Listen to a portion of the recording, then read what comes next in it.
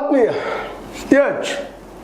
H16 news ಅರ್ಥಾತ್ ಹೇ ಸೀತಾರಾಮ್ಗೆ ಸ್ವಾಗತ. ನಾನು ನಿಮ್ಮವ MI ಅಥವಾ ಮಲ್ಲಪ್ಪ ಜೂತವರ. ಆತ್ಮೀಯರೇ, ಇಸ್ರೇಲ್ ಇರಾನಿನ ಪ್ರಮುಖ ನಾಯಕನ ಹೊಡೆದು ಉರುಳಿಸ್ತಾ ಇದೆ. ಲಾರಿ ಜಾನಿ ಆಗಿರ್ಬೋದು, ಅದಕ್ಕೆ ಪೂರ್ವದಲ್ಲಿ ಖಮೇನಿ ಅವರಾಗಿರ್ಬೋದು, ಇನ್ನೂ ಅನೇಕರನ್ನ ಹೊಡೆದು ಉರುಳಿಸ್ತೇನೆ ಅನ್ನುವಂಥ ಧಮಕಿಯನ್ನು ಕೊಡ್ತಾ ಇದೆ. ಆದರೆ ಅದಕ್ಕೆ ಯಾವುದಕ್ಕೂ ಬಗ್ತಾ ಇಲ್ಲ. ಪ್ರತಿಕಾರವಾಗಿ ಮತ್ತಷ್ಟು ಜೋರಾಗಿ ದಾಳಿಯನ್ನು ಮಾಡ್ತಾ ಇದೆ ಇಸ್ಲಾಮಿಕ್ ರೆವಲ್ಯೂಷನರಿ ಗಾರ್ಡ್ ಕಾರ್ಪ್ಸ್. ಈ ಸೈನ್ಯ ನಾವೆಲ್ಲರೂ ಖಮೇನಿಗಳೇ ಅನ್ನುವಷ್ಟು ಮಟ್ಟಿಗೆ ದಾಳಿ ನಡೆಸ್ತಾ ಇದ್ದಾರೆ. ಕಂಟ್ರೋಲಿಗೆ ಬರ್ತಾ ಇಲ್ಲ. ಇದರಿಂದಾಗಿ ಸಹಜವಾಗಿ ನೆತನ್ಯಾಹು ಗಾಬರಿಗೊಳ್ಳೋದಷ್ಟೇ ಅಲ್ಲ, ಟ್ರಂಪ್ ನಿಧಾನಕ್ಕೆ ಈ ಯುದ್ಧದ ಹಿಂಸರಿತಾ ಇದ್ದಾರಾ ಅನ್ನುವಂಥ ಒಂದು ಭಯನೂ ಅವ್ರಿಗೆ ಶುರು ಆಗಿಬಿಟ್ಟದ. ಎಲ್ಲಿವರೆಗೆ ಅಮೆರಿಕ ಇಸ್ರೇಲ್ ಜೊತೆಗೆ ನೆತನ್ಯಾಹು ಜೊತೆಯಾಗಿರ್ತದೋ ಅಲ್ಲಿವರೆಗೆ ನೆತನ್ಯಾಹು ಸುರಕ್ಷಿತ, ಅವ್ರ ದೇಶ ಇಸ್ರೇಲ್ ಸುರಕ್ಷಿತ. ಇಲ್ಲಾಂದ್ರೆ ಇಸ್ರೇಲ್ ಪೂರ್ತಿ ನಾಶ ಆಗೋದ್ರಲ್ಲಿ ಎರಡು ಮಾತೇ ಇಲ್ಲ. ಆದರೆ ಇದು ಗೊತ್ತಿರುವ ನೆತನ್ಯಾಹು ಈ ಯುದ್ಧನ ಸಮೀಪದಲ್ಲಿ ನಿಲ್ಲಿಸಬಾರ್ದು. ಯಾಕಂದರೆ ಅಮೆರಿಕದಲ್ಲೇ ಟ್ರಂಪ್ ತೆಗೆದುಕೊಂಡಂಥ ಈ ಮೂರ್ಖ ನಿರ್ಧಾರದಿಂದಾಗೆ ಇವತ್ತಿನಲ್ಲಿ ಆರ್ಥಿಕ ಪರಿಸ್ಥಿತಿ ದಿವಾಳಿ ಹೇಳುವಂಥ ಪ್ರಸಂಗಕ್ಕೆ ಬರ್ತಾ ಇದೆ. ಸೂಪರ್ ಪವರ್ ಅಂತ ಜಗತ್ತಿಗೆ ಏನು ತೋರಿಸ್ಕೊಂಡಿತ್ತು ಇಲ್ಲಿವರೆಗೆ ಅದೇನೂ ಇಲ್ಲ, ಬುಡುಬುಡಿಕೆ ಅನ್ನುವಂಥ ಮಾತು ಕಂಡು ಬರ್ತಾ ಇದೆ. ಹೌದು, ವೈಜ್ಞಾನಿಕ ಭಾಳ ಬೆಳೆದದ, ಮಾಡದ, ಸಾಕಷ್ಟು ಗಳಿಸದ, ಶ್ರೀಮಂತದ.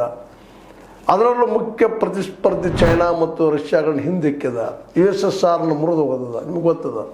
ಸೋವಿಯತ್ ಯೂನಿಯನ್ ಅಂತಿತ್ತು, ಅದನ್ನು ಮುರಿದು ಹೋಗಿದ್ದು ಅಮೆರಿಕ. ಹೀಗಾಗಿ ಅಮೆರಿಕಕ್ಕೆ ತನ್ನದಾದ ವೈಶಿಷ್ಟ್ಯ. ಜೊತೆಗೆ ರಷ್ಯಾವನ್ನು ಸಲಹೆ ಮಾಡಿದೆ. ಇವತ್ತು ರಷ್ಯಾನು ಯುಕ್ರೇನ್ ಜೊತೆ ಯುದ್ಧದಲ್ಲೇ ವೀಕ್ ಆಗ್ಯದ. ಇನ್ನಿರೋದು ಚೈನಾ ಒಂದು. ಚೈನಾ ಪ್ರಬಲ ಸ್ಪರ್ಧಿ, ಇದರಲ್ಲಿ ಎರಡು ಮಾತಾ ಇಲ್ಲ. ಹೀಗಾಗಿ ಅಮೆರಿಕ ಇಲ್ಲಿವರೆಗೆ ಚೈನಾಗೆ ಸಹಿತ ಒಂದು ಪಜಲ್ ಆಗಿತ್ತು. ಏನೂ ಇದಪ್ಪ ಅಲ್ಲಿ ಅಂತೇಳಿ ಅನಿಸ್ತಾ ಇತ್ತು. ತೈವಾನ್ ಒಂದು ಸಣ್ಣ ದೇಶ, ಅದನ್ನು ಗೆಲ್ಲಕ್ಕಾಗಿರಲ್ಲ ಚೈನಾಗೆ. ಅಮೆರಿಕಾಗೆ ಭಯಪಟ್ಟು ಹಿಂಸರಿತಾ ಇತ್ತು. ಇವತ್ತು ಅದು ಕುಲ್ಲ ಆಗ್ಯದ. ಮನುಷ್ಯನ ಭಯ ಹೋಗಿಬಿಟ್ಟದ. ನಾನು ಹೊಡಿಬಲ್ಲೆ, ಅಮೇರಿಕೆಯನ್ನು ಸೋಲಿಸಬಲ್ಲೆ ಅನ್ನುವಂಥ ಒಂದು ಏನಪ್ಪ ಅಚ್ಚರವಾದ ನಿರ್ಧಾರ ಚೈನಾಗೆ ಬಂದಿರುತ್ತೆ. ಹೀಗಾಗಿ ತೈವಾನವನ್ನು ಯಾವುದೋ ಪ್ರಸಂಗಗಳು ಅದು ಹೊಡ್ಕೊಳ್ಬೇಕು, ನಮ್ದು ಮಾಡ್ಕೋ, ಇದು ಒಳ್ಳೆಯ ಸಂದರ್ಭ ಅಂದಾಗ ಸಹಜವಾಗಿ ಅಮೇರಿಕೆಯಲ್ಲಿ ಗದ್ದಲಗಳು ಶುರುವಾಗಿದ್ದಾವೆ. ಇನ್ನೊಂದಿಲ್ಲ ಗಮನಿಸಬೇಕಾದ ಐತಿಹಾಸಿಕವಾಗಿ ಎರಡನೇ ಮಹಾಯುದ್ಧ ಮತ್ತು ಮೊದಲನೇ ಮಹಾಯುದ್ಧ ನಿಮಗೆ ಗೊತ್ತಿರ್ಬೋದು, ಇಲ್ಲಂತಲ್ಲ. ಎರಡೂ ಮಹಾಯುದ್ಧಗಳಲ್ಲಿ, ಅದರಲ್ಲೂ ಎರಡನೇ ಮಹಾಯುದ್ಧದಲ್ಲೇ ಅಮೇರಿಕ ಕೊನೆಗೆ ಬಂದದ. ಫಸ್ಟಕ್ಕಲ್ಲ, ಮೊದಲು ಬಡದಾಡಿದ್ದು ಅಲ್ಲಿದ್ರೆ ಫ್ರಾನ್ಸ, ಇಂಗ್ಲೆಂಡು, ಅದೇ ಕಾಲಕ್ಕೆ ಮಿತ್ರ ರಾಷ್ಟ್ರಗಳು ಒಂದು ಕಡೆ ಇದ್ರೆ, ಶತ್ರು ರಾಷ್ಟ್ರಗಳು ಅಂತ ಹೇಳ್ತೀವಿ, ಜರ್ಮನಿ, ಇಟ್ಲಿ, ಇವರೆಲ್ಲ ಕೂಡ ಬಡದಾಡಿ ಸೋತು ಹೋಗ್ಬಿಟ್ಟಿದ್ರು. ಕೊನೆಗೆ ಬಂದು ಪರ್ಲ್ ಹಾರ್ಬರ್ದಲ್ಲಿ ಏನು ತಪ್ಪು ಮಾಡಿದ ಜಪಾನ್ ಅಂದ್ರೆ ಅಮೇರಿಕೆ ಹಡಗನ್ನು ಮುಳುಗಿಸಿತು. ಅದ ಕಾರಣಕ್ಕಾಗಿ ಅಮೇರಿಕ ಇಳಿಬೇಕಾಯಿತು. ಎಲ್ಲರೂ ಸೋತಿದ್ರು. ಆ ಸಮಯದಲ್ಲಿ ಗೆದ್ದ ಜಗದ ಸೂಪರ್ ಪವರ್ ಆಗಿತ್ತು. ಇದು ನಾವು ನೆನಪಿಸ್ಕೋಬೇಕಾಗ್ಯದ. ಹೀಗಾಗಿ ಅವತ್ತಿಂದ ಇವತ್ತಿನವರೆಗೂ ಅಮೇರಿಕ ಅಲ್ಲಲ್ಲೇ ಸೋತದಿಲ್ಲ ಅಂತಲ್ಲ, ವಿಶೇಷವಾಗಿ ವಿಯೆಟ್ನಾಂ ಯುದ್ಧದಲ್ಲಂತೂ ಜಬರ್ದಸ್ತಾಗಿ ಸೋತಿತ್ತು. ಇನ್ನುಳಿದ ಕೆಲವು ಯುದ್ಧಗಳಲ್ಲಿ ಸೋತಿತ್ತು. ಇರಾಕ್ ಜೊತೆಗೆ ಯುದ್ಧ ಮಾಡೋಲ್ಲೂ ಕೆಲವೊಂದಿಷ್ಟು ವೀಕ್ ಆಗಿತ್ತು. ಆದರೂ ಸೂಪರ್ ಪವರ್ ಅಂತ ಪಟ್ಟ ಅದರಿಂದ ದೂರ ಸರಿದಿರಲಿಲ್ಲ. ಬಟ್ ಈ ಸಲ ಇರಾನ್ ಜೊತೆ ಯುದ್ಧದಲ್ಲೇ ಸೂಪರ್ ಪವರ್ ಅಲ್ಲಪ್ಪ, ಅದು ಒಂದು ಸಾಮಾನ್ಯ ಪವರ್. ಅದು ಪವರ್ ಇಲ್ಲ ಅಂತಲ್ಲ, ವೈಜ್ಞಾನಿಕವಾಗಿ ಮುಂದದ, ಬುದ್ಧಿವಂತರಿದ್ದಾರೆ, ಎಲ್ಲ ಸರಿ. ಆದರೆ ಯುದ್ಧಕ್ಕೆ ಬಂದ್ರೆ ಅದು ಯಾವುದಕ್ಕೂ ಉಪಯೋಗ ಇಲ್ಲ ಅನ್ನುವಂಥ ಅದು ಕನ್ಫರ್ಮೇಷನ್ ಆಗ್ಲಿಕ್ಕಂತದ್ರಿ. ಇದೆಲ್ಲ ಸಾಕಷ್ಟು ಹೇಳ್ಕೊಳ್ತಾ ಇದೆ ಅಮೇರಿಕ. ನಾನು ದಾಳಿ ಮಾಡ್ತೀನಿ, ಬೊಂಬಾರ್ಡ್ ಹಾಕ್ತೀನಿ, ಬೊಂಬಾರ್ ಏರ್ ಟೆಂಬರ್ ಹಾಕ್ತೀನಿ, ಅದು ಹಾಕ್ತೀನಿ, ಇದು ಹಾಕ್ತೀನಿ, ಎಲ್ಲ ಆಗ್ತಾಯಿದ್ದಾರೆ.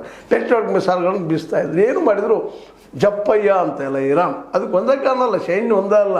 ಹೌದು, ಸೈನ್ಯ ಇಡೀ ದೇಶನ, ಅಲ್ಲಿ ಸೈನ್ಯದ ಎಲ್ಲರೂ ಖಮೇನಿ ಆಗಿದ್ದಾರೆ. ಎಲ್ಲರೂ ಏನಪ್ಪ ಅಂದ್ರೆ ಲಾರಿ ಜಾನಿ ಆಗಿದ್ದಾರೆ. ಅದ್ರಲ್ಲಿ ಎರಡು ಮಾತ್ರ ಇಲ್ಲ. ಆ ಎಲ್ಲ ಒಗ್ಗಟ್ಟಿನಿಂದ, ಹೊಸ ವ್ಯವಸ್ಥೆಯಿಂದ ಒಂದು ದೊಡ್ಡ ಬಲಿಷ್ಠ ಶಕ್ತಿ ಅಂತ ಆಗಿದೆ. ಆದರೆ ಬಲಿಷ್ಠ ಶಕ್ತಿಗೆ ಜ್ಞಾನ, ತಿಳುವಳಿಕೆ, ಶಸ್ತ್ರಾಸ್ತ್ರ ಸಪ್ಲೈ ಮಾಡೋದು ಯಾರು? ಅಲ್ಲಿ ಮುಖ್ಯವಾಗಿರೋದನ್ನು ರಷ್ಯಾ ಮತ್ತು ಚೈನಾ. ಅದರಲ್ಲೂ ಚೈನಾದ ಇವತ್ತು ಹಿಡನ್ ಅಜೆಂಡಾ, ಅದು ಹಿಡನ್ ಒಂದು ಏನದಪ್ಪ ಅಂದ್ರೆ ಇದ್ರದ್ದು ಇಲ್ಲಿವರೆಗೆ ತಿಳಿಲಾರ್ದು ಚೈನಾದ್ದು. ಅದು ಎಲ್ಲಿವರೆಗೆ ಬೆಳೆದಪ್ಪ ತಾಂತ್ರಿಕವಾಗಿ, ವೈಜ್ಞಾನಿಕವಾಗಿ ಅನ್ನೋದು ಇನ್ನೂ ಯಾರಿಗೂ ಐಡೆಂಟಿಫೈ ಮಾಡಲಿಕ್ಕೆ ಆಗಿಲ್ಲ. ಇವತ್ತು ಅದಕ್ಕೆ ಗೊತ್ತಾಗಿಬಿಟ್ಟದು ಚೈನಾಕ್ಕೆ ಅಮೇರಿಕಾದ ನಾ ಸೋಲಿಸಬಲ್ಲೆ ಅನ್ನುವಂಥದ್ದು. ಆ ಕಾರಣಕ್ಕೆ ತೈವಾನ್ ಮೇಲೆ ದಾಳಿ ಮಾಡಲಿಕ್ಕೆ ರೆಡಿ ಆಗ್ತಾಯಿದೆ. ಹೀಗಾಗಿ ಇದೆಲ್ಲ ಗೊತ್ತಾಗಿ ಇವತ್ತು ಅಮೇರಿಕ ಹಿಂದೆ ಸೇರ್ತಾ ಇದೆ. ಇದು ಗೊತ್ತಾಗಿ ಇವತ್ತು ನಮ್ಮ ನೆತನ್ಯಾಹು ಈ ಒಂದು ಬೆದರಿಕೆಯಿಂದ ಹಿಂಸರಿದು ಹೋಗಿಬಿಟ್ರೆ ಹೇಗಾದ್ರೂ ಓಡಿ ಹೋಗ್ಬೇಕಪ್ಪ ಯುದ್ಧ ಬಿಟ್ಟು ಅಂತೇಳಿ ಇವತ್ತು ಟ್ರಂಪ್ ಅವರು ಯೋಚನೆ ಮಾಡ್ತಾ ಇದ್ದಾರೆ.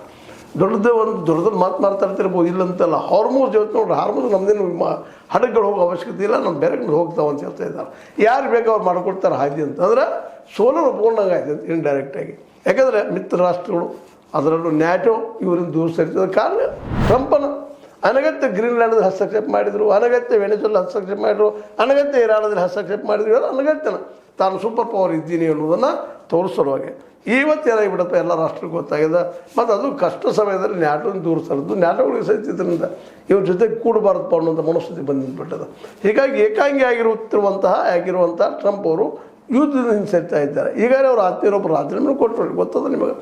ಕಳೆದ 2-3 ದಿನಗಳೆಲ್ಲ ಡೆವಲಪ್ಮೆಂಟ್ಗಳಾಗಿದ್ದಾವೆ. ಹೀಗಾಗಿ ಅವ್ರು ಸರಿಯಾಗಿ ಒಬ್ಬೊಬ್ಬರು ಸೇರ್ತಾ ಇದ್ದಾರೆ, ದೇಶವನ್ನು ದೂರ ಸೇರ್ತಾ ಇದ್ದಾರೆ, ರಿಪಬ್ಲಿಕನ್ ಪಾರ್ಟಿಯಲ್ಲಿ ಏಕಾಂಗಿ ಆಗ್ತಾ ಇದ್ದಾರೆ.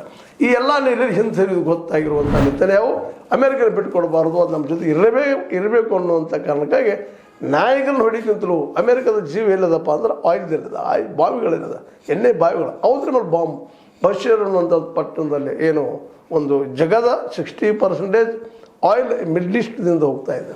ಈ ಮಿಡ್ಲ್ ಈಸ್ಟ್ ಅಂದರೆ ಇದು ನಿಮ್ಗೆ ಹೇಳಿದ್ರೆ ಈಗಾಗಲೇ ಪಶ್ಚಿಮ ಏಷ್ಯಾ ಅಥವಾ ಅರಬ್ ಕಂಟ್ರಿಗಳು ಇವುಗಳಿಂದ ಎಣ್ಣೆ ಹೋಗ್ತದೆ. ಜಗತ್ತಿಗೆ 60% ಎಣ್ಣೆ ಹೋಗ್ತಾ ಇದೆ. ಅದಕ್ಕಾಗಿ ಆಯಿಲ್ ಮೇನ್ ಬಾವಿಗಳಿದ್ದ ಅದ್ರ ಮೇಲೆ ಬಾಂಬ್ ಹಾಕಿಬಿಟ್ಟಿದ್ದಾರೆ ಇವತ್ತು. ಅಂದ್ರೆ ಮತ್ತೊಂದು ಮುಂದಿನ ಹೆಜ್ಜೆದು ಇದರಿಂದಾಗಿ ಅಮೆರಿಕ ಹಿಂಸೆಯುವಂಥ ಪ್ರಸಂಗ ಬರಲಾರದು ಅಂತೇಳಿ. ಇದರಿಂದ ಮತ್ತಷ್ಟು ರಿವೋಲ್ಟ್ ಆಗಿರುವಂಥ ಇರಾನ್ ಈ ಒಂದು ಅಮೇರಿಕ ಎಲ್ಲಿ ಪ್ಲ್ಯಾನ್ಸ್ ಇದ್ದಾವೆ, ಅಮೇರಿಕೆ ಸಹಾಯ ತೊಗೊಂಡು ಪ್ಲ್ಯಾನ್ ಮಾಡ್ಕೊಂಡವ. ಸೌದಿ ಅರೇಬಿಯಾ ಆಗಿರ್ಬೋದು, ಕುವೈತ್ ಆಗಿರ್ಬೋದು, ಕತರ್ ಆಗಿರ್ಬೋದು, ಇಲ್ಲೆಲ್ಲ ಕಡೆ ಅಲ್ಲಿ ಇರಾನ್ ಬಾಂಬ್ ಹಾಕ್ಲಿಕ್ಕೆ ಶುರು ಮಾಡಿದೆ. ಅಲ್ಲಿ ಜನರಿಗೆ ಹೇಳ್ಬಿಟ್ಟದೆ ಈಗಾಗಲೇ ನೀವು ಆಜು ಬಾಜುದವ್ರು ಸರಿ ನಾವು ಬಾಂಬ್ ಹಾಕ್ತೀವಿ ಅಂತೇಳಿ. ಹೀಗಾಗಿ ಮತ್ತೊಂದು ಸ್ಥಳದ ಯುದ್ಧ ಶುರು ಆಗಿಬಿಟ್ಟದೆ. ಆಯಿಲ್ ಏನು ಟ್ಯಾಂಕ್ ಅದು ಅಲ್ಲಿ ಬಾಂಬ್ ಹಾಕುವಂಥ ಇದರಿಂದ ಇಡೀ ವಿಶ್ವ ಗಾಬರಿ ಆಗುವಂಥದ್ದು. ಇದು 3ನೇ ಮಹಾಯುದ್ಧ ಅಷ್ಟೇ ಅಲ್ಲ, ಇಡೀ ವಿಶ್ವಕ್ಕನ. ಯಾಕಂದರೆ ಇವತ್ತು ಇಡೀ ವಿಶ್ವ ಈ ಎಣ್ಣೆ ಮೇಲೆ ಬಂದು ನಿಂತುಬಿಟ್ಟದ.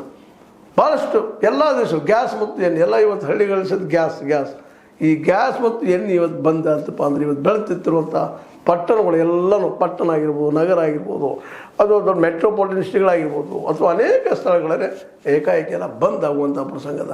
ಹೀಗಾಗಿ ಈ ಒಂದು ಅತ್ಯಂತ ಕಠಿಣವಾದಂಥ ಕೆಲಸವನ್ನು ಇವತ್ತು ಇಸ್ರೇಲ್ ತೆಗೆದುಕೊಳ್ಳಲಿಕ್ಕೆ ಕಾರಣ ತನ್ನುಳಿಗಾಗಿ.